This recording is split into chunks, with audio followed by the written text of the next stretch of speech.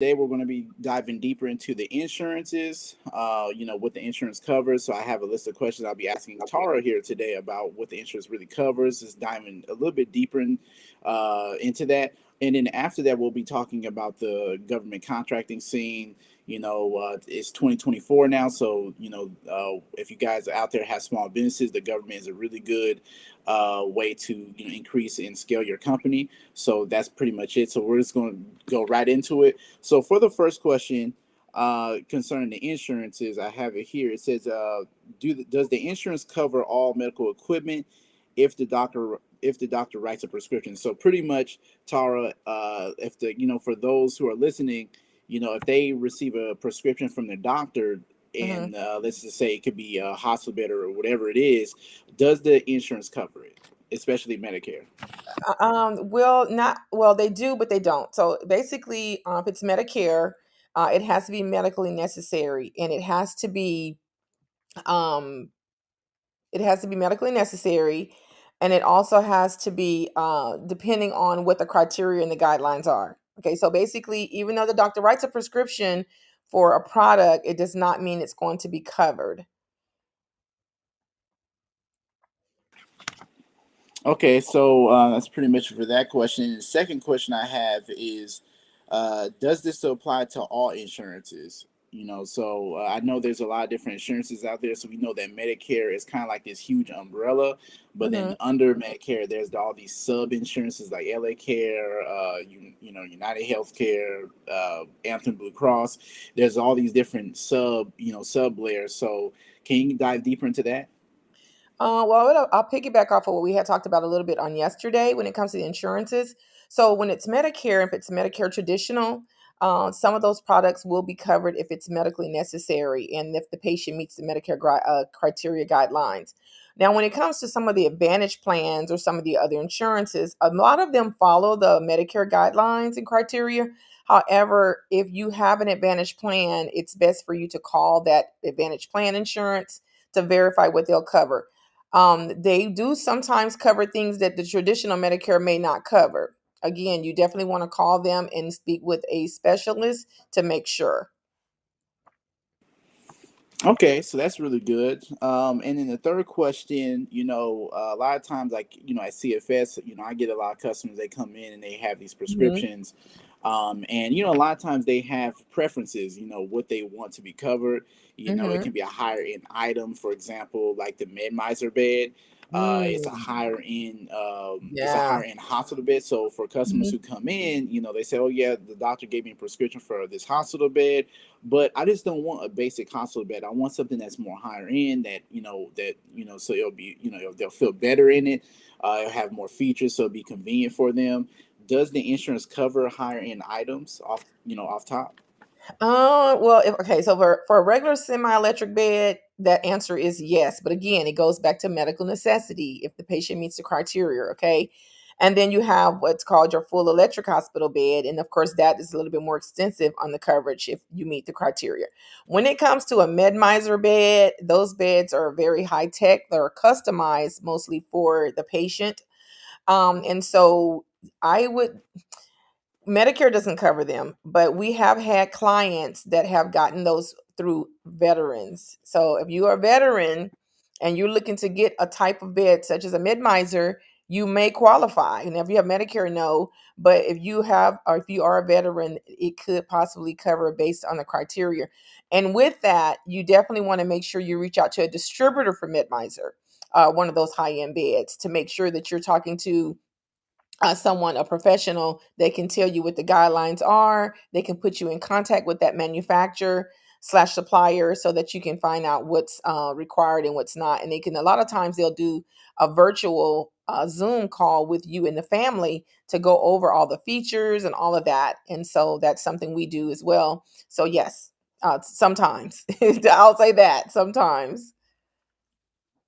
Okay, all right. So that pretty much sums that question up. And the fourth question I have is, a lot of times, people really don't out there. They don't really know, so they don't really know about DME stores like CFS, Mhm. where we sell these items, in person.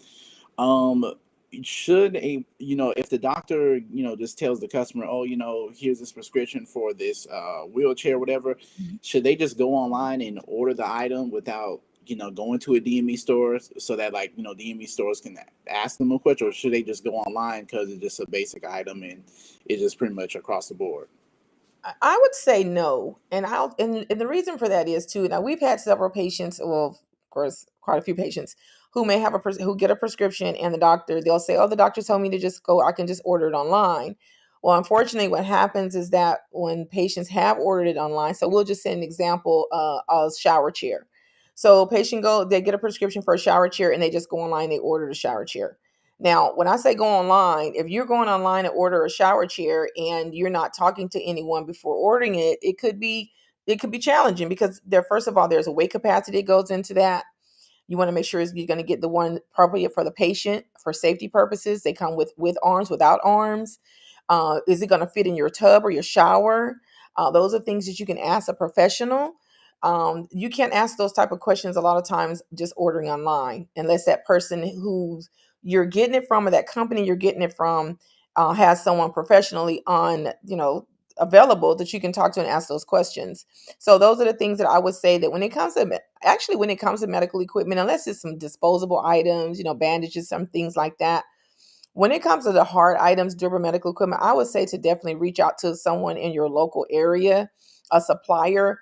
9 times out of 10, they do have someone on site that specializes in these products, or a specialist on site who knows that what the do's and the don'ts are and what equipment you should be getting and what you shouldn't be getting, and based on the patient's condition.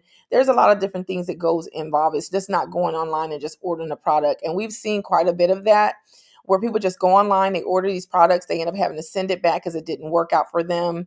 And then that could be risky because they could be ordering something that might not be safe. And so safety is always important. That's the number one thing. It should be the number one thing. So I would say to contact your local supplier or reach out to someone who um, does consultations. Like we do consultations all over the United States with medical supplies. So we have clients all over that can call us. They call us. We educate them. We give virtual consultations and things of that nature. So if ever in need, we do offer that service, and you can reach us at cfsmedicalequipment.com. Okay, so that's that's a lot. So when it comes to DME companies out there, are there DME companies out there that will help customers out there figure out the insurance process on what's covered, what's not? Should they go online? Or are there a lot of DME companies out there that can help save time? Yes, it is. And there's a lot of DME companies out there. I can't speak to the services they offer, and I can't speak to their experience. I can't do that, but I'm sure if they've been in this field for quite some time, that they can answer those questions when it comes to the insurance and the appropriate product and things of that nature. So I would definitely reach out to my local DME company, a supplier. Okay, so that pretty much sums up the all the insurance questions. You pretty much answered Mhm. everything that I had, that most people out there would. Now we're going to switch over to the government side. So for us, like with CFS, we do government contracting, and essentially what that is that the government, they have they have these projects that they come out with. They're called solicitations, and with the solicitation, it can be something simple to whereas like for us, like in the DME world, they can say, oh, we need like 100 transport chairs, or we need 100 wheelchairs, or 100 hospital beds. So with Mhm. that, if you're a company out there and you do those kind of things, you can submit a quote for how much it will cost for you to fulfill that project. And a lot of times with the government, they are the biggest spender and the biggest buyers. So if you're, if you, find out about like these, solicitations, anything out there, it can be very lucrative, and you can scale your business a lot faster when it comes to the government because we know that they're the biggest spender. So, Tara, do you know much about, can you go deeper in depth on the government industry? Oh, yes. Okay. So in the government space, well, first of all, I would say this: it's just not about medical products. because they purchase everything. They purchase, they do services. You could have a business where you maybe do consultations now, and that may be something that the government may be looking for someone for. You never know. And so I would definitely say it's a great way to scale your business. Or if you don't have a business and you're looking to open up a business or start to doing something that maybe for some extra money on the side, or you want to get into a different career and things of that nature, it's a great opportunity out there. Of course, it is not a get rich quick scheme overnight. It is a lot of work. You have to put the work in, but it's like anything else. If you're going to be successful at it, and if you're going to try to grow, you definitely have to put the work in. And so I would say to first, you would need to register in sam.gov. You have to register your business. And if when you do register, you want to make sure that when you register, the name of your business matches whatever your EIN number is. Everything has to match, because if it doesn't, it's going to come back. It's just going to be denied or delayed and things of that nature. Then you want to register for your cage code. Okay, your cage code and your UEI number. Those are the major things that you have to do. But if you want more information about how to get into this business, into this space, you definitely can reach us at cfsmedicalequipment.com. It's a great way to scale your business. I talk to a lot of people about the government space. It has been very helpful for a lot of people. It's been very helpful for us in scaling. And so, again, if you have any other questions or need some assistance, please feel free to reach out to us at cfsmedicalequipment.com. And Silas, does that sum it up today, or you have more questions for me? I will just add one thing to the government side. Like there are two Hmm. paths that you can take with the government. And Hmm. there is the service-based contracts, Hmm. and you also have the product-based contracts.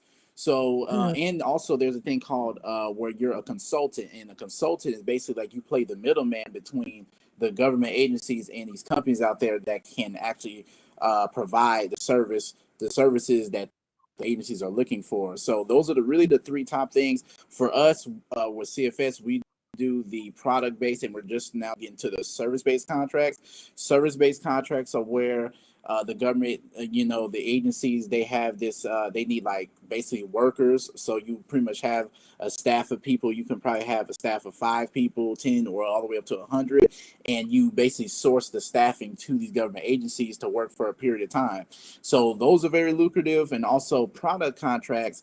Product based contracts are basically, like I said before, they're looking for like 100 hospital beds. They're looking for iPhones, like cell phones, iPads, computers. The list goes on.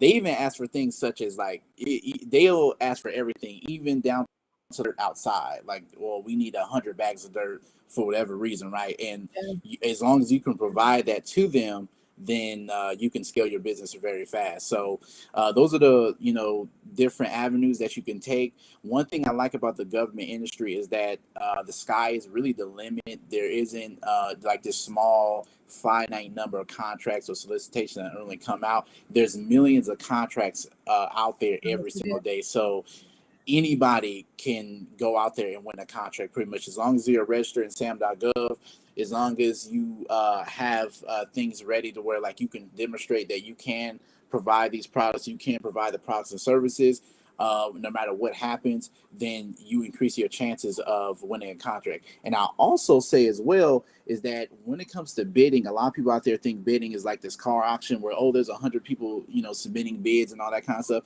That's true in certain cases, but really, a lot of times with these contracts, because it's such a industry, it's not really glamorized, it's not really put out there like other industries. There are a lot of these contracts. There's only 1 to 5 people that respond, and since there's Yeah. millions of contracts, the likelihood of you winning is a lot higher if you're submitting multiple bids, because a lot of times you'll be the only one to submit the bid, and you just win because you're the only one. And no one, it was just no one else but you that submitted this bid, and you'll win just off that. So that's the really good thing about government contracting, because there's the sky's the limit. So that pretty much ends the call for today. Our next call, we're going to dive deeper into other things in the DME industry and the medical industry, and also we're going to dive deeper into the government contracting scene as well. And that pretty much sums it up today.